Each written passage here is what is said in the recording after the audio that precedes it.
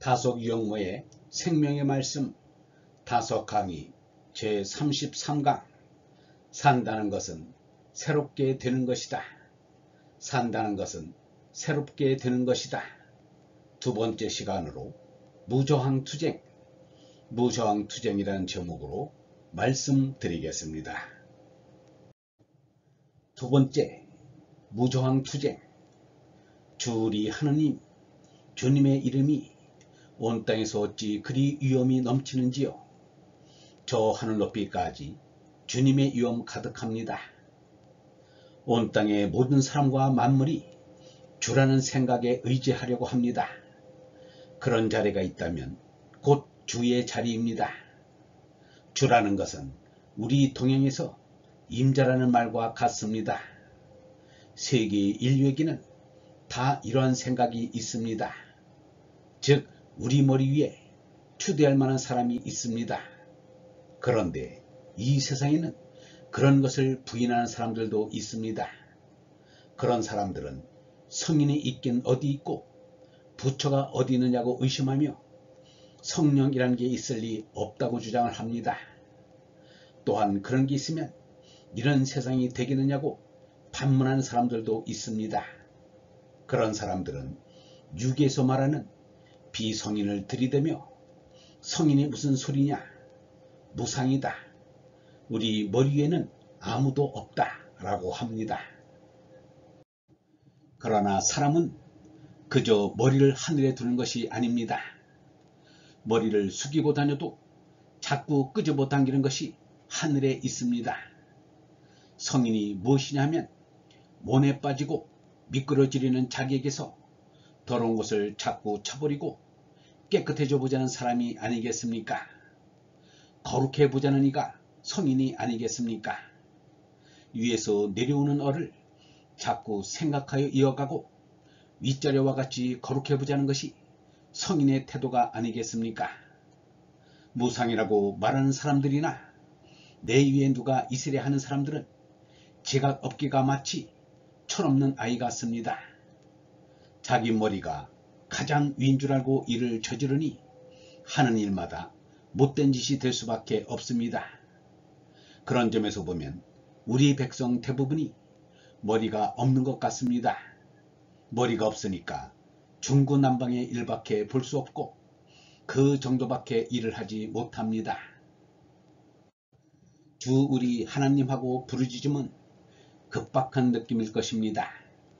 주님의 이름이 온 땅에서 어찌 그리 위엄이 넘치는지요. 저 하늘 높이까지 주님의 위엄 가득합니다. 영광이 내 머리 위에 있다는 느낌을 이렇게 그려본 것입니다. 시인이 이렇게 한번 느낀 것입니다. 사슴이 죽을 때는 뿔이 다칠까봐 머리를 들고 죽는다고 합니다. 이처럼 짐승도 자기가 소중히 생각하는 것을 다치지 않게 하려고 노력을 기울이는데 우리 인간이 좀 더 부모를 생각하는 사람이라면 죽을 때 사슴처럼 머리를 부모 있는 쪽으로 향하거나 들고 죽는 것이 옳을 것입니다. 머리 위에 무엇이 있다면 생각은 반드시 윗자리인 하늘을 생각하지 않고서는 못 견딜 것입니다. 그런 사람은 영원한 빛을 간직할 수 있으며 온전한 빛을 비춰줄 수도 있습니다. 그 빛은 그의 발 아래 있는 모든 것을 비춰주는 빛이 될 것입니다. 밝힐 것을 온통 밝혀주는 그이가 될 수 있습니다. 온전한 빛을 가진 분이 바로 주님입니다. 그 이름은 하나입니다. 하나로 온전할 수 있는 것은 주님일 수밖에 없습니다. 그러니 온 땅에 던져진 아름다움을 땅에서 보는 이는 아름답지 않겠습니까? 영원한 진리 속에 들어가니 아름다울 밖에요. 진리 아름다움이란 있다가 없고 없다가 있는 그런 게 아닙니다. 영원의 아름다움은 영원히 있을 것입니다. 이런 아름다움에는 절로 찬미하고 찬송하지 않을 수 없습니다. 이런 생각으로 사는 새맛이란 무엇에 비길 데가 없습니다. 어린이와 젖먹이들까지도 그 입술로 주님의 위엄을 찬양합니다. 주님께서는 원수와 복수하는 무리를 꺾으시고 주님께 맞서는 자들을 막아낼 튼튼한 요새를 세우셨습니다. 주에게는 대적하고 복수하는 무리가 있습니다. 하늘에는 천사도 있지만 마귀도 있습니다. 하늘 아래도 인자가 있지만 악마들 또한 있습니다. 이것은 우리 자신을 생각해 보아도 알 수 있습니다. 유신론은 이런 것이 다 있다고 합니다. 우리가 받들고 안 받들고를 다 본다고 합니다. 그래서 하늘에서 무슨 싸움이 있다면 우리와 상관이 있는 것으로 압니다. 인생의 선을 거스르는 일은 우리의 일만이 아니라 하늘의 일이기도 합니다. 하늘에 대적하는 것은 우리에게도 맞서는 것입니다. 그래서 하늘에 대적하고 복수하는 것은 우리에게 대적하고 복수하는 것입니다. 하늘에 맞서는 무리를 생각하기보다는 우리가 위로 올라가겠다는 선한 마음을 거스르는 일을 모두 하늘에 대적하는 무리로 보아야 할 것입니다. 우리가 무슨 원한이 있어서 이것을 갚으려고 하는 경우도 있습니다. 불평을 말하고 불만을 채우려고 합니다. 우리 인생의 일면이 이러합니다. 하늘과 우리 인생을 별개로 따로 볼 필요가 없습니다.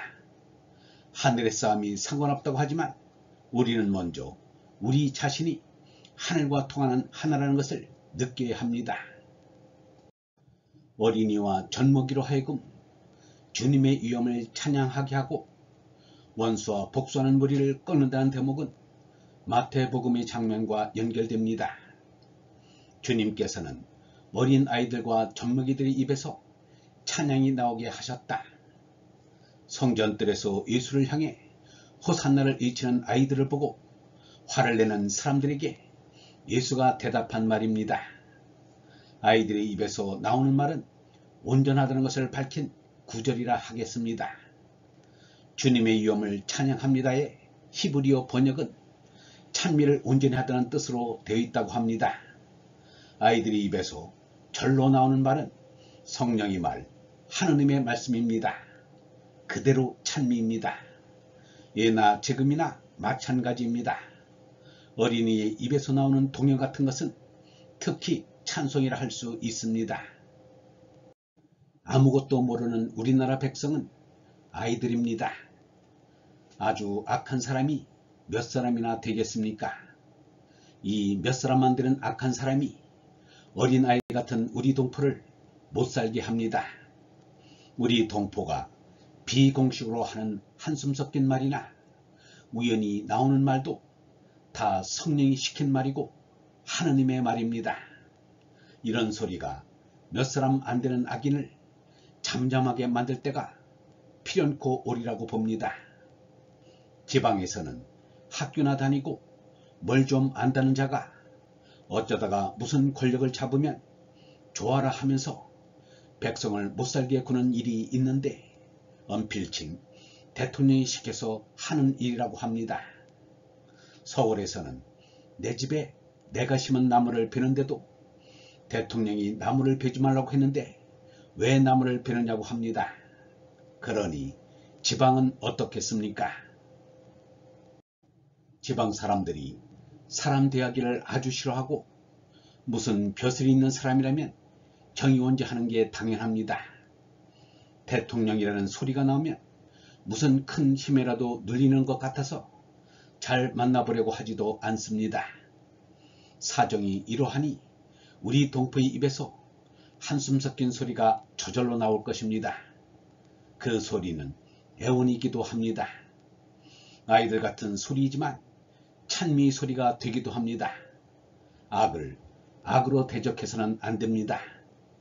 저절로 되기를 바라야 합니다. 무저항 투쟁이 최후의 승리를 얻는다는 말은 대단히 기묘한 말입니다. 이쯤 우리는 진리의 생명줄을 잡고 자꾸 새롭게 살아나가야 합니다.